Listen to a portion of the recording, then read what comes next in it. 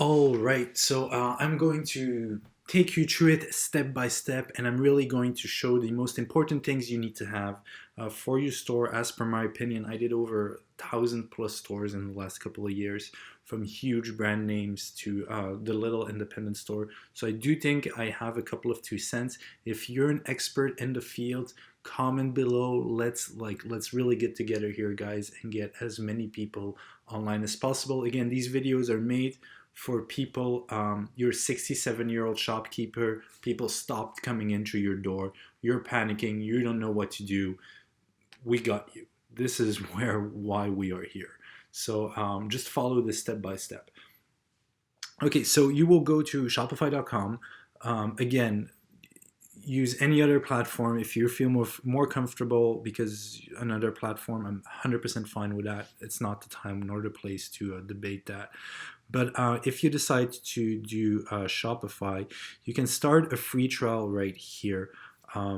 We will use an email address. That is a good question. support@ecomexperts.io. So you put in your email address, test123, you create a password, and corona test.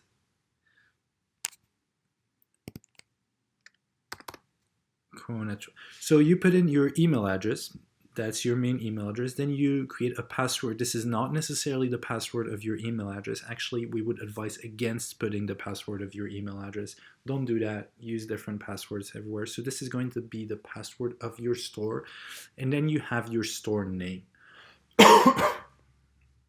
Sorry about that. Then you have your store name. Your store name is not the URL people will go through. So www.amazon.com. Amazon is not where you would place this. You can put Amazon, but let's say you want to do amazon.ca because you are in Canada, and you say, oh, I'm going to put Amazon here. Oh, well, it's taken. Oh, crap. Now I have to change my store name. No. Don't panic. This is not the URL that people that visit your store will see. We will show that later. That is something else. This is just something internal. So you can call it Amazon. You can call it Amazon 1267. You can call it anything you want. It doesn't really matter.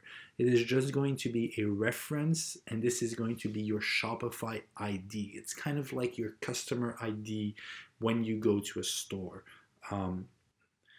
So this is not the final URL your visitors will go to. It's important to remember this. So don't panic if the name you chose is not available. It doesn't matter. Create my store. Just 1, 2, 3. Create your store, and then it's going to create the store for you. What's kind of cool about Shopify, and again, Shopify is really made for the 65-year-old, for the 85-year-old to get up and started ASAP. So this is the advantage.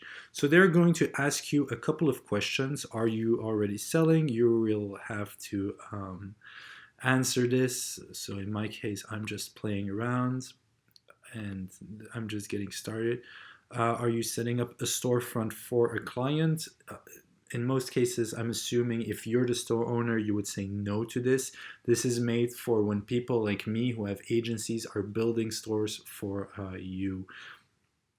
Then I would be yes, but in this case, you would do no. Then you would do next, and you would have to add information so that when Shopify accepts the money from your sales, they know where to send it to. So fill out a whole bunch of personal information right here. So this is really the classic first name, last name, the address, the city, where you live, your phone number, and your business or personal website. Now you might be thinking, hey, I'm building the website, I don't have it yet. That's fine. It is optional. You don't have to fill this field in. Actually, I'm going to keep it empty. Does this need to be my store address? If currently I have a store, No, it doesn't. It can be your home address. Ideally, it is the address where where your company is registered with the government. So your company is registered with the government, and there is an address attached to that. Ideally, it is that address. If that is not the case, because maybe it's your ex-wife, or I don't know, if that's not the case, don't break your head over this.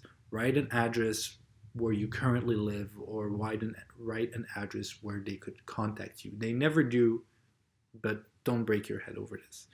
And a lot of this video series is going to be the same theme. Don't make things complicated when you can keep them simple. The goal is to get you online ASAP. All right, so then you have to wait a couple of seconds, because now they're building your store. See, that is literally how fast it can go.